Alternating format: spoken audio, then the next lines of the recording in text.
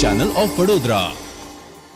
જનસંઘના સ્થાપક ડોક્ટર શ્યામા પ્રસાદ મુખર્જીની જન્મ જયંતિ પ્રસંગે કાર્યક્રમ યોજવામાં આવ્યો હતો। જનસંઘના સ્થાપક અને પ્રેરણાપુંજ ડોક્ટર શ્યામા પ્રસાદ મુખર્જીની જન્મ જયંતિ પર નવનિયુક્ત યુવા સાંસદ ડોક્ટર હેમાંગ જોશી અને દેવતુલ્ય કાર્યકર્તાઓનો અભિવાદન આભાર સમારંભ વડોદરા ભારતીય જનતા પાર્ટી અને સયાજીગંજ વિધાનસભાના સંયુક્ત ઉપક્રમે લક્ષ્મીપુરા રોડ પર આવેલ હરી ફાર્મા લોટસ પ્લાઝા ખાતે યોજવામાં આવ્યો હતો।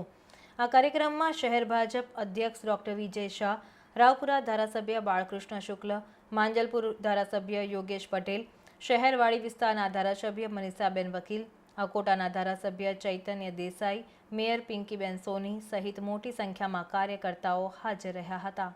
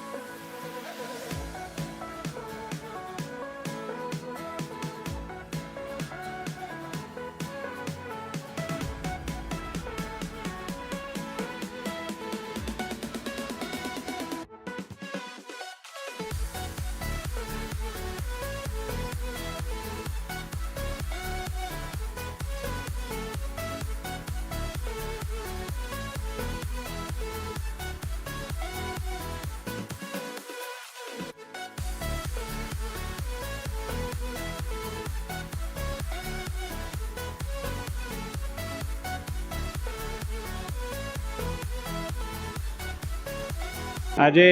સયાજીગંજ વિધાનસભાના દેવદુર્લભ કાર્યકર્તાઓ દ્વારા માનનીય ધારાસભ્ય શ્રી કેયુરભાઈ રોકડિયા અને તમામ ટીમના યજમાની હેઠળ આજે કાર્યકર્તા અભિવાદન અને આભાર દર્શન સમારંભ તથા સાંસદ તરીકે મારો સત્કાર સમારંભ એ કાર્યક્રમનું ખૂબ જ સુંદર દિવસ આજે શ્યામાપ્રસાદ મુખર્જીના જન્મદિવસે આજે યોજવામાં આવ્યું। ખૂબ મોટી સંખ્યામાં કાર્યકર્તાઓ આવ્યા છે અને જે પ્રકારે સર્વે અમારા વરિષ્ઠ આગેવાનોએ વાત મૂકી છે અને વિકસિત ભારતની અંદર વિકસિત વડોદરા કઈ રીતે હવે વધારે સર્વે એક ટીમ સાથે મળીને કામ કરીએ એ માટે અમે સૌએ ચર્ચા કરી છે। આ સુંદર આયોજન બદલ શ્રીમાન કેયુરભાઈ રોકડિયા કે આજે એમના કાર્યાલયનું પણ 1 વર્ષ પૂર્ણ થયું એનું એક વિસ્તૃત અહેવાલની એક બુકનું વિમોચન પણ કરવામાં આવ્યું અને એમના સમગ્ર કાર્યકર્તાઓની ટીમનો ખૂબ ખૂબ ધન્યવાદ પાઠવું છું। જનસંઘના સ્થાપક અને અમારા માટે પ્રેરણાપુંજ એવા ડૉક્ટર શ્યામાપ્રસાદ મુખર્જી કે જેમને કાશ્મીરને ભારતનો અભિન્ન અંગ બનાવવા માટેની લડત ચાલુ કરી। એક દેશ મેં દો વિધાન દો નિશાન દો પ્રધાન નહીં ચલેગા એમનો આજે જન્મ જયંતિ દિવસ અને આ દિવસે કાર્યકર્તાઓનું અભિવાદન થાય એના માટે સયાજીગંજ વિધાનસભા ભારતીય જનતા પાર્ટી દ્વારા અમારા નવનિયુક્ત સાંસદ એવા ડૉક્ટર હેમાંગભાઈ જોશી અને અમારા સૌ સયાજીગંજ વિધાનસભાના જે કાર્યકર્તાઓએ આ ઇલેક્શનમાં મહેનત કરીને આ લોકસભા સીટ પર 87,000ની લીડ સયાજીગંજ વિધાનસભામાંથી અપાવી અને એના દ્વારા અમારા ઉમેદવાર ડૉક્ટર હેમાંગભાઈ જોશી અને ભારતીય જનતા પાર્ટીને વડોદરાને 3જા ક્રમની લીડ આખા ગુજરાતમાં મળીને આખા દેશમાં 7મા ક્રમની લીડ મળી એના માટે સયાજીગંજ વિધાનસભાના બધા જ કાર્યકર્તાઓનો આજે આભાર અને સન્માનનો અને અભિવાદનનો કાર્યક્રમ યોજવામાં આવ્યો છે. વિવિધ સમાજો, વિવિધ વોર્ડના આગેવાનો, વિવિધ અગ્રણીઓ દ્વારા પણ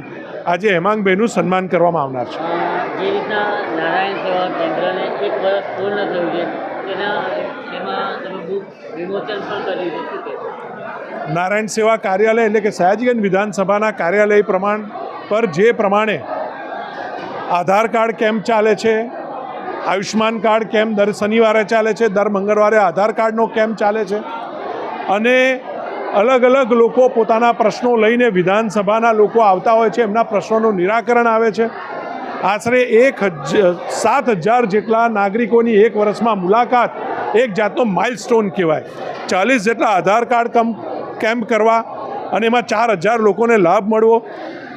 10 જેટલા આયુષ્માન કાર્ડ કેમ્પ કરવા અને એમાં 1,000 લોકોથી ઉપર વધારે આયુષ્માન કાર્ડ, અલગ અલગ યોજનાઓના લાભ, વિધવાઓને પેન્શનના, સાડી વિતરણના અનેક કાર્યક્રમો એ અમારા કાર્યાલય પર થઈ રહ્યા છે અને એનું આજે 29 તારીખે 1 વર્ષ પૂર્ણ થયું છે તો એનું પણ આજે બુકનું વિમોચનના માધ્યમથી લોકો સુધી કાર્યાલયની વાત પહોંચે, લોકો કાર્યાલય સાથે વધુ જોડાય, કાર્યકર્તાઓ પણ કાર્યાલય પર વધુ આવે, નાગરિકો પણ પોતાના પ્રશ્નો લઈને આવે, એના માટે આ બુકનું લોન્ચિંગ કરવામાં આવ્યું છે.